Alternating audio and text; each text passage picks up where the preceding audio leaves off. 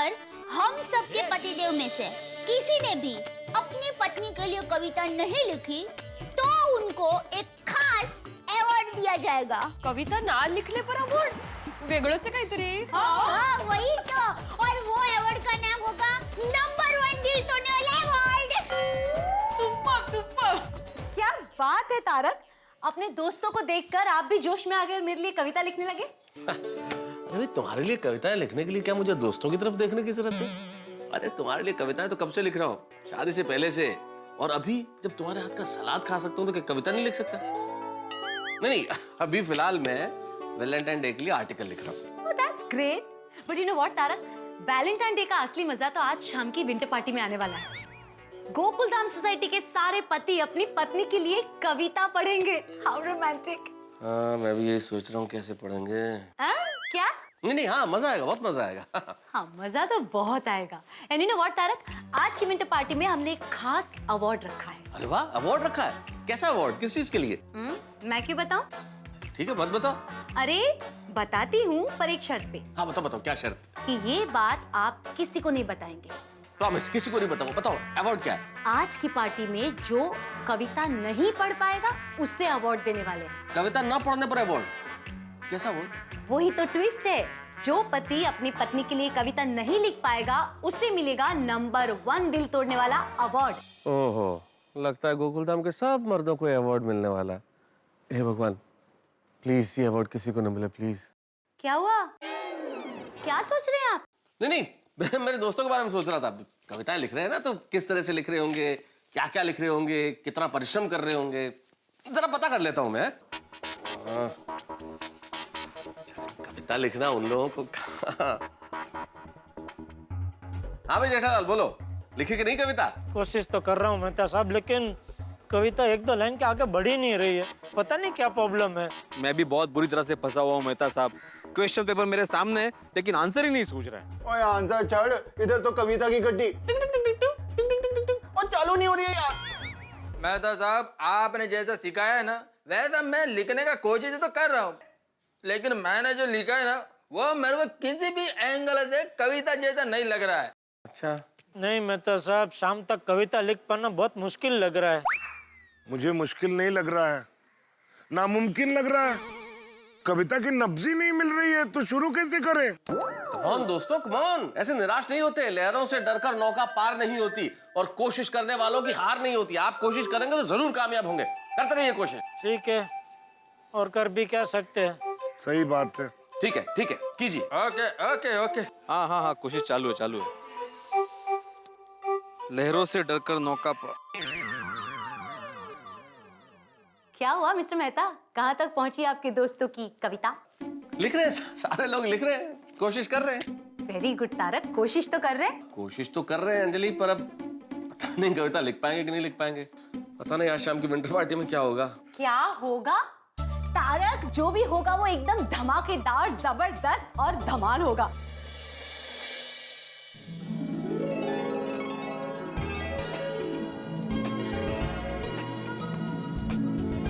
वाह वाह वाह वाह वाह वाह वाह, क्या बात है भाई अब्दुल मियां, भाई मुबारक हो, मुबारक हो। भाई बहुत बढ़िया डेकोरेशन, गजब गजब हो गया भाई, क्या बात है। बच्चों ने और आप लोगों ने कमाल कर दिया भाई। नमस्ते।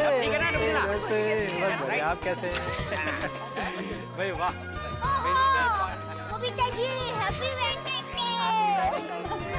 Happy Valentine day. Happy Valentine day. ये आपको हार्ट किसने लगाया? क्या हो गया? अच्छा एक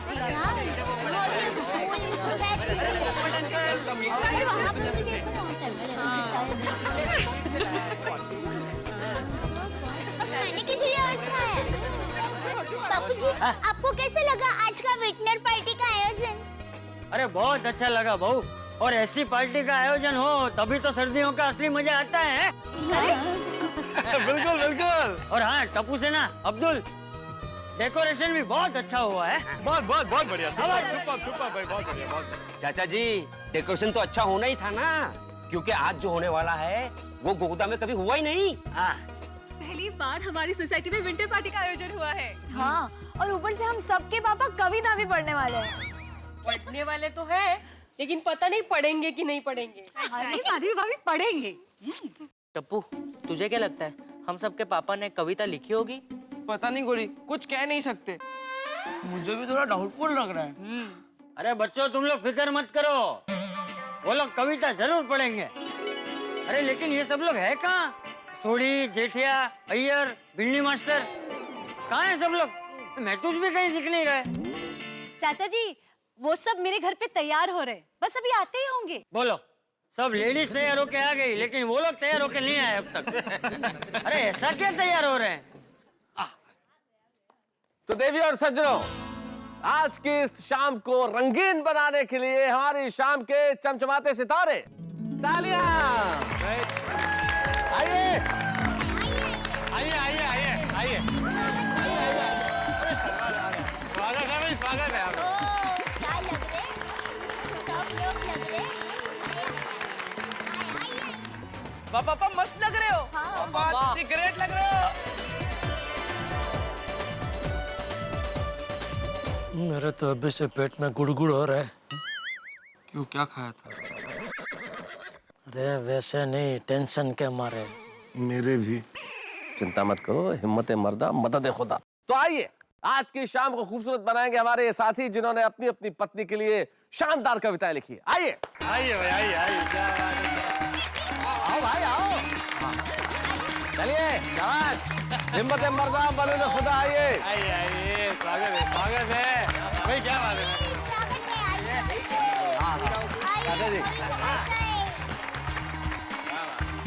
आइए आ गए हैं।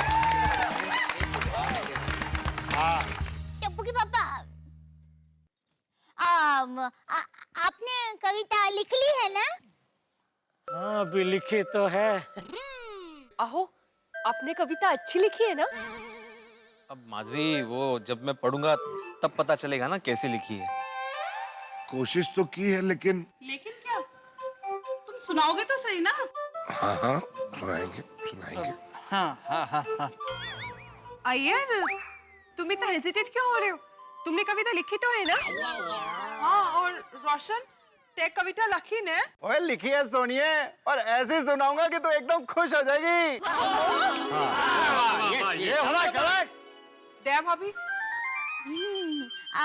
हम सब जानते हैं वसंत ऋतु का आगमन हो चुका है, और खुशी की बात ये है कि ये गुलाबी गुलाबी ऋतु का फायदा उठाने के लिए गोकुल धाम सोसाइटी में पहली बार विंटर पार्टी का आयोजन हुआ है, और वो भी वैलेंटाइन डे के दिवस पर। हाँ, तो आप लोगों का ज्यादा समय ना लेते हुए हम लोग इस कविता कार्यक्रम के नियम आपको बताते हैं। सब पतियों को अपनी पत्नी पर खुद की लिखी हुई कविता यहाँ स्टेज पर अपनी पत्नी के साथ आकर सुनानी पड़ेगी। और जैसे कि कोमल भाभी ने बताया, सबको अपनी लिखित कविता ही सुनानी है। कोई फिल्म का गाना या तो किसी और की लिखी हुई कविता जरा भी नहीं चलेगी। और इसके साथ साथ आपके लिए एक सरप्राइज भी है। अगर कोई पति अपनी पत्नी के लिए कविता नहीं पढ़ पाए, तो उनके लिए 1 से 10 तक गिनती की जाएगी, और फिर भी पतिदेव कविता नहीं पढ़ पाए तो उनके लिए एक स्पेशल अवार्ड है।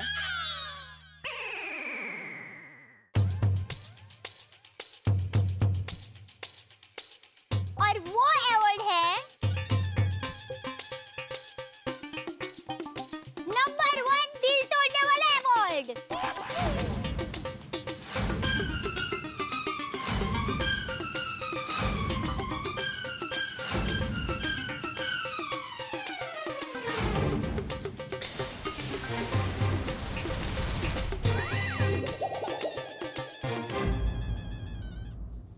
भाई भिड़े, ये लोग ने तो हमें फंसाने का पूरा इंतजाम कर रखा है। हाँ जेठालाल, अब जैसी भी लिखी है कविता पढ़नी तो पड़ेगी, वरना नाक कट जाएगी। आज तक लगता था ये पोपटलाल की किस्मत खराब है, लेकिन आज लग रहा है कि हम सब में खुश किस्मत वही है। तो अब मेहता साहब से विनती है कि वो मंच पर आकर कार्यक्रम की बागडोर संभाले। आइए मेहता सर।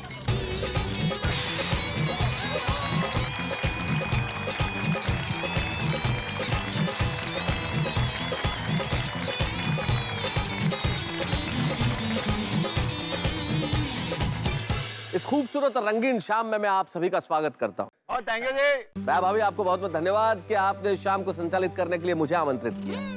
जब शाम की शुरुआत इतनी धमाकेदार है तो सोचिए आगे क्या हो। जब आगाज इतना खूबसूरत है, जब ये शाम अंजाम तक पहुंचेगी, तब वातावरण में कितने प्यार के रंग खिल चुके होंगे। और आज की शाम तो हमारे लिए बड़ी महत्वपूर्ण है। बसंत ऋतु का आगमन हो चुका है। चारों ओर हवाओं में एक कमाल की खुशबू फैली हुई है। एक प्यार का रंग चारों ओर बिखरा हुआ है। एक भीनी भीनी सुगंध जो स्नेह बरसाती है। एक भीनी भीनी सुगंध जो मोहब्बत को एक जगह से दूसरी जगह लेके जाती है। ऐसी मोहब्बत की हवाएं चारों तरफ फैली हुई है इस बसंत ऋतु के आगमन पर। और वैलेंटाइंस डे जो प्रेम के प्रतीक के रूप में पूरी दुनिया में मनाया जाने लगा है, दोनों का यह अद्भुत संगम। और इस संगम के अवसर पर यह खूबसूरत सी शाम सजी है गोकुलधाम सोसाइटी में। मुझे बड़ी खुशी होगी कि मैं आपसे यह कहूं कि इस खूबसूरत शाम के लिए करतल ध्वनि से हम इसका स्वागत करेंगे।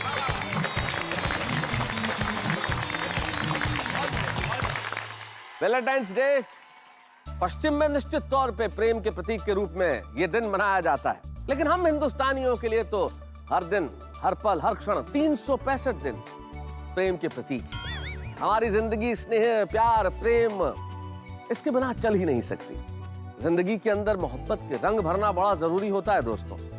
जिंदगी की तस्वीर हमारे संघर्षों से इतनी धूसर हो जाती है कि उसमें जब तक मोहब्बत के रंग न भरे जाएं, तब तक उसे खूबसूरत नहीं बनाया जा सकता। और जब आप मोहब्बत भरी कविताएं लिखते हैं, जब आप ऐसी शेरो शायरी करते हैं जिसमें दिल निकाल के लगते हैं, तो लोग कह उठते हैं वाह क्या बात है। आज इस शाम के कई मानों में महत्वपूर्ण होने के संकेत मैं आपको दे सकता हूं। सबसे बड़ी चीज तो आज इस मंच पे ऐसे ऐसे लोग कविताएं पढ़ेंगे जिन्होंने जीवन में पहले कभी कविताएं लिखी नहीं, कविताओं से उनका कोई संबंध नहीं रहा। एक व्यापारी, एक वैज्ञानिक, एक शिक्षक, एक पत्रकार, एक डॉक्टर, एक बड़े गैरेज के मालिक, ये तमाम लोग कविताएं सुनाएंगे। सोचिए तो, जिनका कविताओं से कभी कोई नाता नहीं रहा, लेकिन अपनी अपनी पत्नियों के लिए वो प्रेम से पगी कविताएं आज यहाँ इस मंच पे सुनाएंगे। आइए आज के इस कार्यक्रम का हम शुभारंभ करते हैं। एक बार सबसे पहले इन तमाम मेरे दोस्तों के लिए जोरदार तालियां बजाई जाए जो आज के इस कार्यक्रम में कविताएं पढ़ेंगे। और सबसे पहले मैं बुलाना चाहता हूँ। रुकिए मेहता साहब, सबसे पहले आपको अपनी वो प्रेरणा वाली कविता सुनानी पड़ेगी। फ्लैग उसी की वजह से तो ये पूरा प्रोग्राम हो रहा है। और उसी की वजह से हम सब फंसे हैं। क्या क्या बोले? चलिए, जब आप इतना आग्रह करते हैं तो उसी कविता का एक अंश मैं सुना देता हूँ। एक अंश आप अंजलि से सुन चुके हैं, एक अंश मैं आपको सुना देता हूँ। तो जैसा कि मैंने आपसे कहा कि ये कविता तुम प्रेरणा हो मेरी, मैंने उस जमाने में अंजलि को देख के लिखी थी। जब मैंने अंजलि को पहली बार देखा था कॉलेज के दिनों में, तो भाव उसी वक्त वाले हैं जब मैं अंजलि से कुछ कहना चाहता था। तुम प्रेरणा हो मेरी, तुम साधना हो मेरी, तुम सामने हो मेरे पर तुम कल्पना हो मेरी। तुम प्रेरणा हो मेरी, तुम साधना हो मेरी, तुम सामने हो मेरे पर तुम कल्पना हो मेरी। तुम अक्षत सी पवित्र, सौंदर्य का रूप चित्र। तुम अक्षत सी पवित्र, सौंदर्य का रूप चित्र। आओ संग तुम्हारे प्रेम की एक बाती बाल दूं।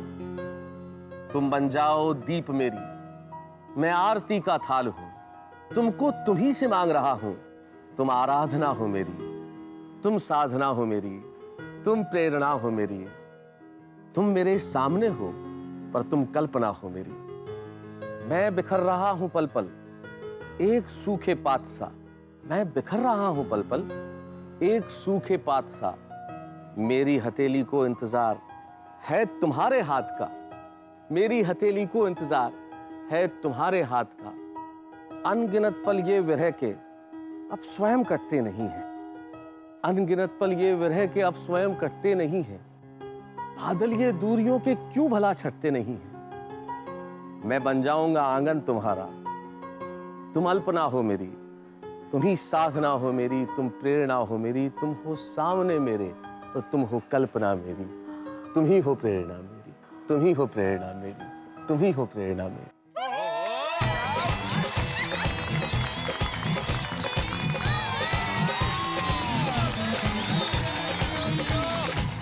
वाह वाह मेहता साहब, वाह वाह वाह, बहुत बढ़िया। Thank you. भाई मैं तो ये कहना चाहूंगा अभी कि इतनी बढ़िया कविता होने के बाद और कोई कविता होनी ही नहीं चाहिए अभी आगे, बस हो गया खत्म। हाँ जेठिया, ऐसे एक सुझाव था, नहीं अच्छा लगा, कोई बात नहीं। बहुत बहुत धन्यवाद इस कविता की प्रशंसा करने के लिए। आइए अब हम मूल कार्यक्रम की ओर बढ़ते हैं और इस कार्यक्रम के प्रथम पायदान पे मैं सबसे पहले बुलाना चाहता हूं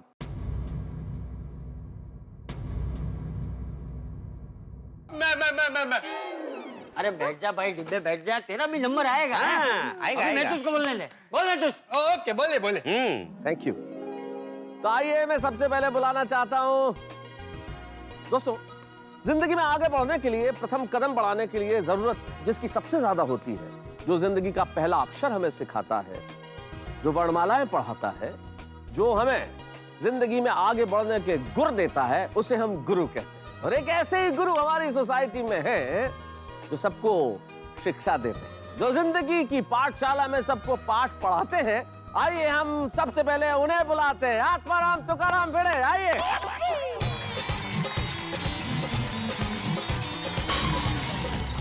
all the best. Thank you Madhavi. Bhide uncle, आप चीट लेकर एग्जाम नहीं दे सकते? अरे टप्पू, मैं ये देख के नहीं पढ़ने वाला हूँ बेटा, मैं तो जस्ट एक लास्ट टाइम रिवीजन कर रहा था। मैं अपने आप ही पढ़ूंगा। ओके। तो प्रिय माधवी, शादी के बाद जब से तुम्हारे दिल के स्कूल में मेरा एडमिशन हुआ है, तब से शिक्षक को स्टूडेंट होने का टेंशन हुआ है। तुम्हारे हर टेस्ट में मेरे कम मार्क्स आते हैं, तुम्हारे डर से मेरे ग्रेड कम हो जाते हैं, तुम मुझसे कितना होमवर्क कराती हो, हर गलती पे मुर्गा बनाती हो, तुम्हारी हर बातों में मुझे तुम घुमाती हो गोल गोल कि मैं खुद भूल जाता हूं अपने घर की भूगोल। लाइफ की हिस्ट्री में भी अपने आप को लाचार पाता हूं। अकबर हुमायूं का बर्थडे तो याद है मुझे, तुम्हारा भूल जाता हूं। न्यूटन चाचा कहते हैं कि आघात और प्रत्याघात एक दूसरे के समान होते हैं, लेकिन माधवी, तुम्हारे सामने फिजिक्स का कोई भी पैतरा काम नहीं आता। तुम मुझे कितने भी आघात दो, मैं प्रत्याघात दे ही नहीं पाता। पर माधवी, मुझे ये सब सहना है, पर इसी स्कूल में रहना है, क्योंकि मेरी खुशियां तुम्हारी खुशियों की सबसेट है। अगर तुम खुश हो तो सब सेट है। मेरे जीवन की गणित में कोई स्कोप ही नहीं है भूल का, क्योंकि माधवी सिर्फ तुम केंद्र बिंदु हो मेरे जीवन के वर्तुल का। तुमने मेरी लाइफ को सजाया है, संवारा है, निखारा है। तुमने मुझे मुश्किलों के हर एसिडिक टेस्ट से पार उतारा है। इसलिए आज सबके सामने ये शिक्षक आत्माराम तुकाराम भिड़े, गोकुलधाम सोसाइटी का एकमेव सेक्रेटरी, ये कहना चाहता है कि ये सिर्फ और सिर्फ तुम्हारा स्टूडेंट बन के रहना चाहता है, तुम्हारा स्टूडेंट बन के रहना चाहता है।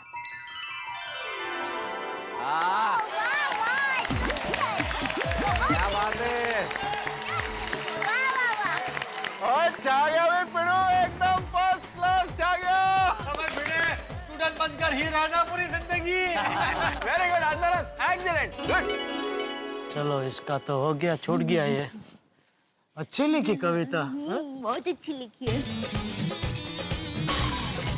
भाई भिड़े, क्या बात है, कमाल कर दिया। क्या बोलते हैं आप लोग? वाह भिड़े वाह, क्या कविता सुनाई। माधवी, अभी वो आप जो कान खींच रही थी, खींच लेना चाहिए था। कान नहीं कही।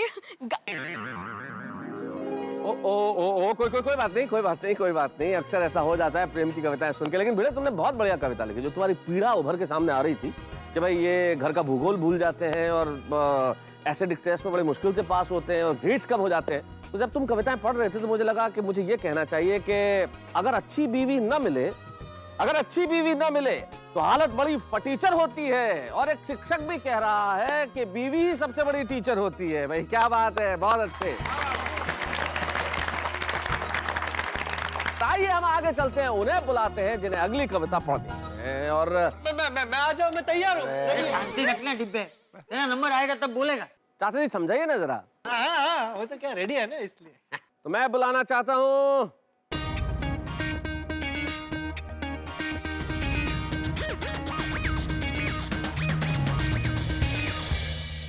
विंटर पार्टी जोरों शोरों से जारी है। भिड़े ने खेल ली अपनी पारी है और अब सब मर्दों के दिमाग में टेंशन बड़ा भारी है कि अब किसकी बारी है।